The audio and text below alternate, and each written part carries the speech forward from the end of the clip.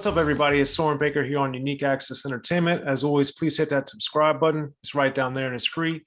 That enables us to keep coming to you guys as often as possible with as many interviews as possible. So please hit that subscribe button, like our content, share it, talk about it, be about it, each one, teach one. We appreciate you guys' support and getting us this far.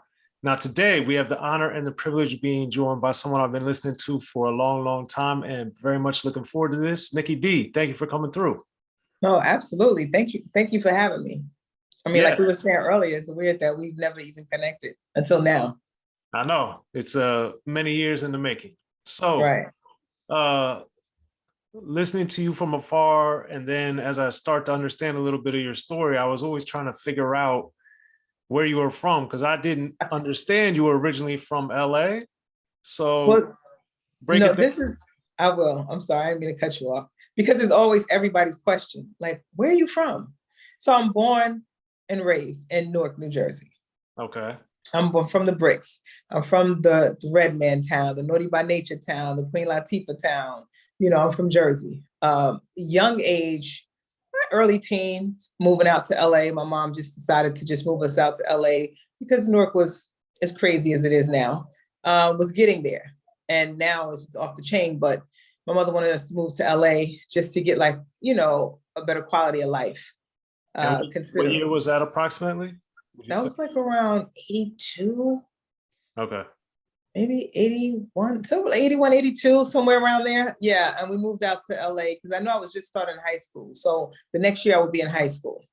So I was still pretty young, but the next year I would be in high school, and then moved out to LA. And that's where I met the first person who ever heard me rap, which is Ice-T. And met him at the mall, just hanging out after being in LA for a while, after my culture shock, after crying on the plane for 6 hours. Like, I can't believe we're leaving New Jersey, which is basically New York for us, because we were always in and out of the city, because, you know, they're brothers and sisters, if you will. And finally being an Ice-T maybe like a year or so later, and then getting on to whatever was the hip hop scene then, which was, again, night and day, complete culture shock. And really taking it serious and hooking up with the radio station out there, 1580 KDay, after, you know, Ice-T mentoring me, wanted to hear me rhyme. And then there's a lot in between here, sorry, because I tell this story so much that I'm really skipping like a lot of the meat, but I'm just trying to get you through where I'm from, and how I wind up back in New York. But hanging out with Ice-T out there when I met him at the mall with some friends who were from the East Coast. And he was like, you know, he was like, listen, y'all can come hang out with us since you don't really know LA like that. And, you know, since we all from the same place, Ice-T from Jersey, his friends from Brooklyn. So we were all, you know, neighbors basically. And he was like, yo, come hang out with us. It's DJ Evil Lee. That's when he was dating Darlene, his girlfriend, the girl on the cover of that album that everybody loves, the famous Ice-T cover. Power for those that don't know. Power, exactly. So we wound up hanging out, going to clubs like Radiotron, started hanging out at Uncle Jam's Army, you know, all the stuff that was cool for LA back then.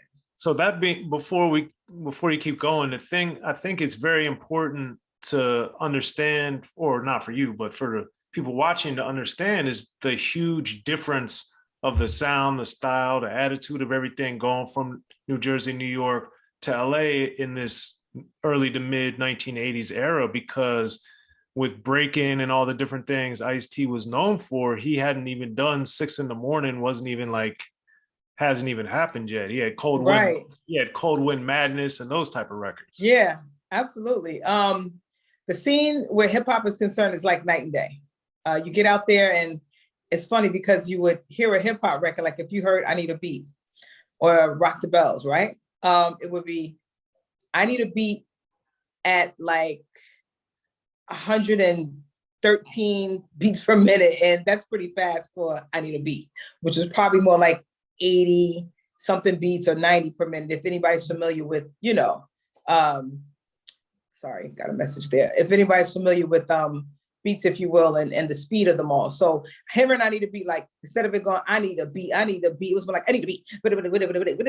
Like that's how they played the music in LA. It was crazy when it came to hip hop. So I'm out there still trans-coastal, if you will, with my mixtapes that was 60 minutes, since I can't get them anywhere else, they're starting to come down to like 50 minutes, 48 minutes. Every time they snap, I got to tape them, put them back together because that's all I had when it came to hip hop. So the culture difference was definitely night and day. The clubs were different. The radio stations were different. Like in New York, you had Mr. Magic and you had Red Alert.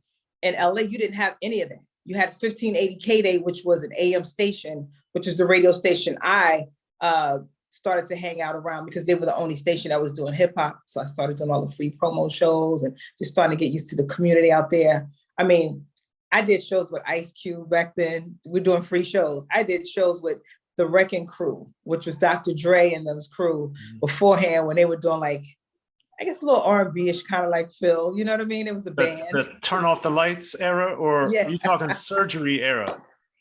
Right, the Morris Day at a Time era. But so that was my my culture shock too in Cali. So it was definitely night and day. But the one thing we did have out there was everything was Def Jam.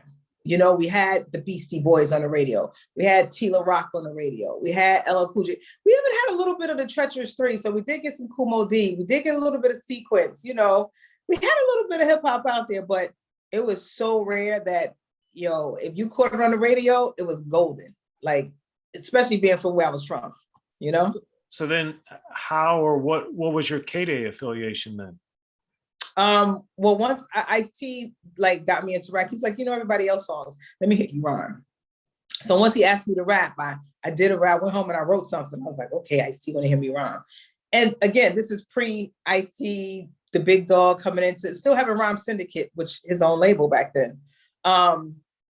I wrote the rhyme and he was like, oh, okay. And back then it was like, oh, that's fresh. That's the slang back then. Like, oh, that's fresh. Like, write some more. So everything I wrote was kind of like a battle rap, if you will, because that's just what it was. You were MCing back then, talking shit. Oh, I don't know if I could say that, but you was talking crap back then, and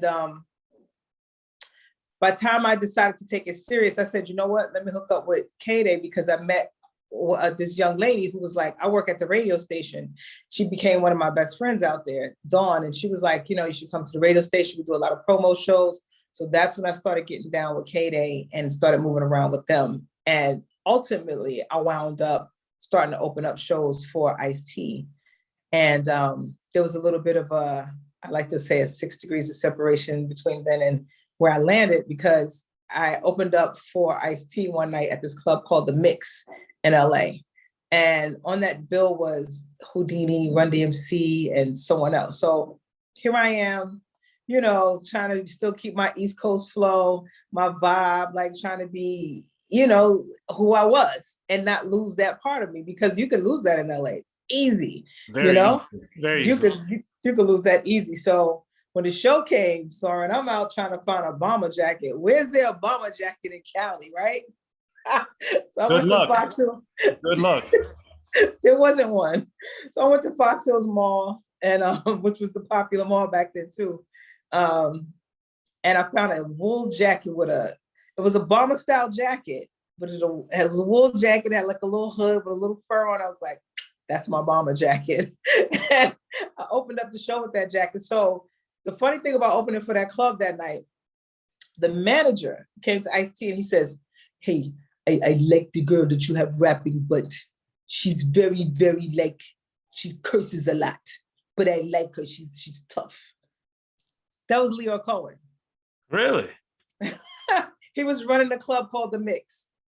That's crazy. In Cali. That was Lyor Cohen. That is ironic given what happens later in your career. But this is what I'm saying. Yeah. Huh. So what, given at this era, we had Schoolie D, we had Just Dice, we had Boogie Down Productions that were Cussing, but it wasn't that big per se. Ice-T, of course, obviously. What made you want to incorporate that into your rhymes relatively early in the game? It was kind of just, I guess, being a female, right? So you try to find that space where you need to be a little bit more tough, if you will, you know what I mean? A little bit more hardcore. So being a female, that's where it kind of came from. Looking to be hardcore. Now, cussing, it wasn't like every other word was a curse, because clearly I wasn't up there like bleep, bleep, bleep, bleep, bleep. I would just say things like, my nuts, or you know what I mean? Like, you can get my nuts. Like, you would say things that guys would say, which would make you a little bit harder because they was like, oh my God, like only guys would say something like that. Like, that was my thing. I felt like I needed to make sure that I was being as tough as I could be back then, because you have this thing on top of you that there's nothing out but men. Like, we have the Chirocks and Lisa Lees and Dimple D's that were on the East Coast, right? So you have these women, Sparky D, you have these women who are very powerful where they are, but how do you get beyond that? You know what I mean? And how do you get to hang out and stick with these guys? So I'm like, I'll be a little bit tougher. So while you're saying she's tough and she curses, maybe like a little shit here, a little fuck here, but it wasn't anything where it was like a whole rhyme was that. So I guess that's why he noticed it, because it was like, yeah, but she cusses a lot, but I like her. She's tough. So well, part of the reason I'm asking too, though, is because with using some examples, like with I'll Take Your Man by Salt and Pepper, I mean, that's a hard record sonically and lyrically. That's not, even My Mic Sounds Nice. They're not like sounding soft on those records. And no. Antoinette was super hard. Light was and they will. And here's the thing, though, those records came out after I started doing my thing in LA. You know what I mean? So when they came, it was like, because remember there was Showstopper. Please. All right. A little different. Yeah. You know what I mean? It was a little, if you will, poppy, just because it was an answer to the Showstopper, which I thought was weird, because I was like, that ain't a battle record. I was like, no battle nobody with that. But it was a big thing, and it became a big thing. But, once they started coming through, again, it was that same concept of, well, we're going to be tough, just as tough as the guys. So that's why when you heard of Salt and Pepper, or, Antoinette, I Got an Attitude, who's my really good friend to this day, and Roxanne Shante, you had to swing with you had to hang out with the guys. At least you felt that way. You know what I mean? In order to really survive, because it's either that or they look at you like, oh, like, she's so cute. Look, she raps. Like, and it's like, nah, I rhyme. Like, you got to come, a little bit deeper than that. So. Yeah, well, we got to shout out your feeler jacket, like Schoolie D, put your feelers on. So there you go. Me? Yeah. Feel me? Okay. Let me tell you a funny story real quick about this, then we'll get back to it. So my son, right, I ordered some Fila stuff, and I was like, oh, let me get, I ordered, and something was too large for me, just plain black Fila sweatsuit, right? Just nothing on it. So I was like, hey, you want a sweatsuit? I said, you want to Fila sweatsuit because it's too big for me, he's taller, whatever. And I was like, let me give it to you. He was like, okay. So I went downstairs to take it to him, and I was like, oh, here. He was like, yeah, probably, and he was dead ass when he said this. He said, yeah, maybe like if there's an 80s or 90s party, I'm gonna probably rock it there. And I was like, give me my suit back. I took it back. I was like, no, I took it back. You're not getting this. Because, I mean, listen, way younger. He's like, Fila, man, that's old school. But Fila never dies, if you ask me. It's just a good brand, I see him when the last time I went to the mall, which was about a month ago, they had all kinds of Filas in all the stores. So yeah, it's still there. And then I got my daughter some too. So yeah, gotta keep it. You see? Gotta keep it going. Yeah, absolutely. So then how and why, after it sounded like things were moving a little bit in LA, why'd you end up moving back to New Jersey, New York area? Well, the thing is I now wanted to I literally was like, I got to be on Def Jam Records. That was at that point, everything that was hot was Russell. Nobody had commercialized hip hop the way he had, right? Nobody had brought it to that, even from management. Like, he had Houdini, he managed Eric B. Rakim. He managed Big Daddy Kane, like Rush Management, which was his management company alongside with Def Jam Recordings. All the big artists were coming from there. I was like, well, I need to be on Def Jam. I need to be the one female rapper signed to Def Jam. So my friend Dawn, who worked at the radio station, knew the LA Posse, who was producing Bigger and Deffer for LL Cool J, right? So she called him on the phone. Excuse me. She was like, well, I got this female out here. She's from the East Coast and she raps. So I want you to hear her. So I got on the phone and I just rhymed. I did like a little quick 16. And it's like, yo, you got to get out here. It's like, you got to get out here. If you get out here, we produce an LL Cool J. We're going to put you in the studio. He's always late for the studio, so don't worry. But you got to get out here. And we're going to put you in the studio. And we're going to shoot you. We're going to get you a demo recorded. We sold her Volkswagen Bug that her father gave her back to her father. She sold it to him for $800. I got all the luggage from my mother. Said, Mom, we going to New York. I was like, Russell Simmons, whole big story. Made it up. Mom, Russell Simmons is waiting for me in New York. I got a deal. And she's like, oh, wow. My mother's like, whatever you want to do, baby. Fine, do you. And then, we got Greyhound bus tickets. And we got on the bus and we trucked back to New York. Fast forward, a lot of stuff happening. Stayed at somebody's house, got kicked out of somebody's house, stayed at somebody's house, got kicked out of somebody's house. It's like 2 whole bodies, you know what I mean? In people's homes. It's like one person is cool, but 2 people. So it's like, yeah, you can't stay that long. Leaving luggage in Penn Station in Newark and coming back for our luggage after ripping and running through New York, trying to find out where the parties were, where, you know what I mean? Russell Simmons would be before getting to the studio to record the demo, still trying to find our way to him just to like, be around and see what the scene was. Coming back, all luggage stolen, then I broke into the locker. They leave that one little bag that used to come with the luggage, which was a hygiene bag. So we let all that go. And then